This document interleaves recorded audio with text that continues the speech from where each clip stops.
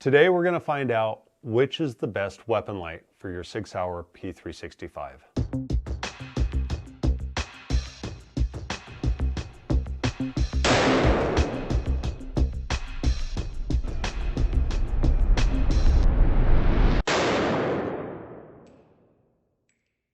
The Sig Sauer P365 and P365 XL have become popular after their introduction in 2018. Characterized by the slim frame and 10 to 15 round of 9mm capacity, it is the concealed handgun of choice for many people. However, strong light options have been lacking. Recognizing this need, back in September of 2020, Surefire announced their XSC line of weapon lights. With 350 lumens, a slim profile, rechargeable battery, and weighing in at a rather light 1.7 ounces, the XSC seems like a great match for the P365. Also recognizing this need, Streamlight announced the TLR-7 Sub as their new subcompact weapon light. This light produced 500 lumens, is slightly heavier at 2.39 ounces, and uses the common CR123A battery. Werkz does have both inside the waistband and outside the waistband holsters for each of these lights for your P365. These holsters are fit exactly to your specific pistol and light for the most secure fit and the most comfort. Check them out at werkz.com or see the links in the description. Our first outdoor test was the garage sweep. The Surefire XSC performed well and allowed us to see the opposite wall and the surrounding area. The TLR-7 Sub provided a brighter and warmer light, allowing us to see the wall ahead, but widening our field of view significantly and providing a warmer light, which provided more contrast. Both lights punched through the oncoming vehicle headlights to illuminate their headrests. The TLR-7 Sub was brighter, but here the difference was smaller. We tested the illumination in full darkness, using the weapon light to illuminate a subject in a dark space at 40 feet. The XSC allowed us to see our subject and some of the details, but the knife in his right hand was not identifiable, nor were facial expressions. The TLR-7 Sub performed a little bit better for lightening up the whole area, though the knife was not yet identifiable here either. We also tested with the subject shining a mod light at the camera and using the weapon lights to illuminate the subject. This is a hard test for any light, as it has to punch through the opposing light to show any level of detail. With the XSC, the subject's head had a faint outline. With the Sub, the subject's glasses and head could be made out, though the facial expressions were still obscured.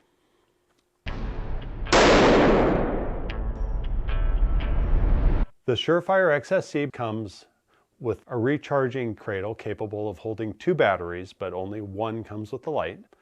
The bottom of the light has a catch that you push forward, and then you can pull the battery out. When removed, you can press a button on the battery to see the charge status.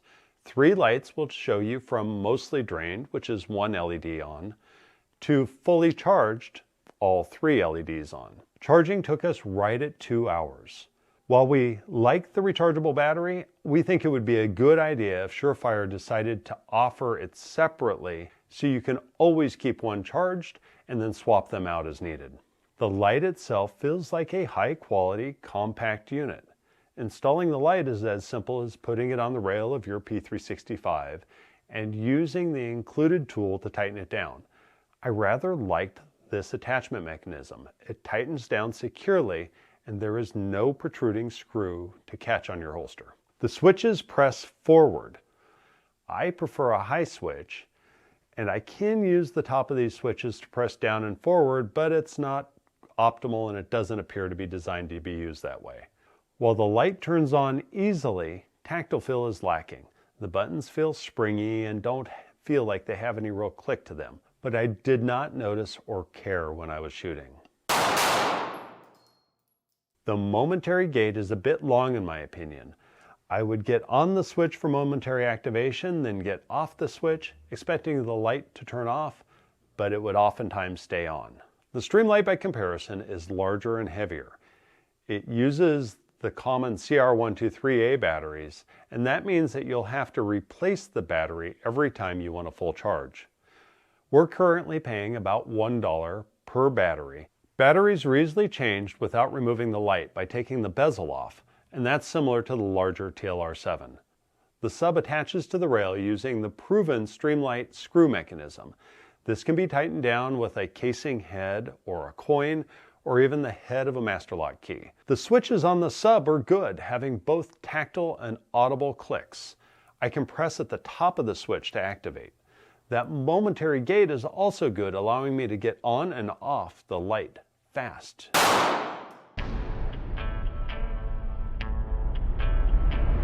Moving on to our lab tests. This is the first time we're using NIST traceable and ISO 17025 calibrated equipment. This means our test equipment is accurate and the numbers may be directly compared to manufacturer claims. The first test is a lumen test. It uses an integrating sphere to capture all the light produced. The Surefire XSC started strong at 423 lumens, which is about 20% more than the 350 lumens claimed in the spec sheet. This output quickly dropped, and within 12 minutes we were at 100 lumens and still dropping. The light turned off at just under 33 minutes. We did let the light rest for about 20 minutes and then restarted it. And here it put out about 230 lumens. While this light provides strong output for the first minute, that output does drop quickly. The TLR-7 Sub started at 619 lumens, which is also about 20% more than the number on the spec sheet. The light reached 500 lumens at the 4:18 mark. From there, it just runs and runs. We stopped testing after almost 3 hours, where it was still putting out about 8 lumens. The candela test will tell us how much output there is in the center hotspot, as well as various angles away from center.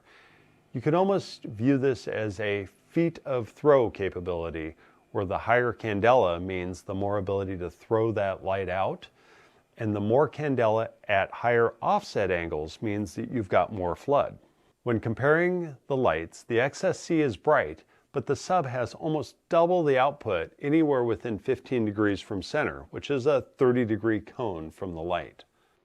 Spectrum analysis tells us the color of the light that is output.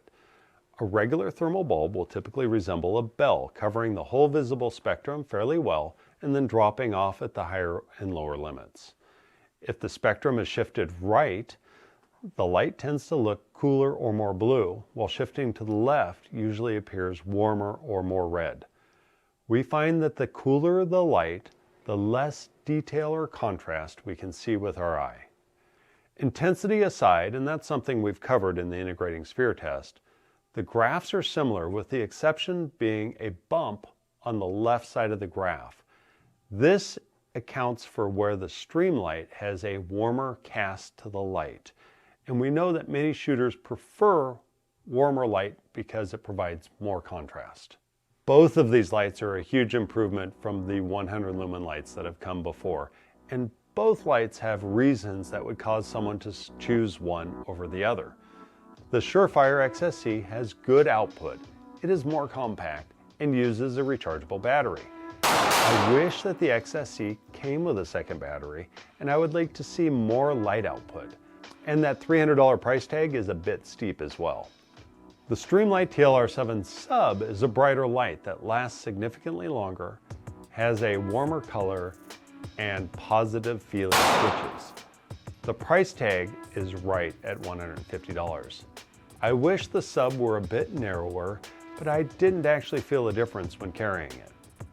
I like the XSC's rail attachment using the hex tool, but you may prefer the more common penny screwdriver attachment that's used on the Sub. And while this video is focused on the Sig Sauer P365, it should apply equally well to other pistols such as the Glock G43X MLS. This is the best data we could provide. It's now up to you to decide which light to run on your P365.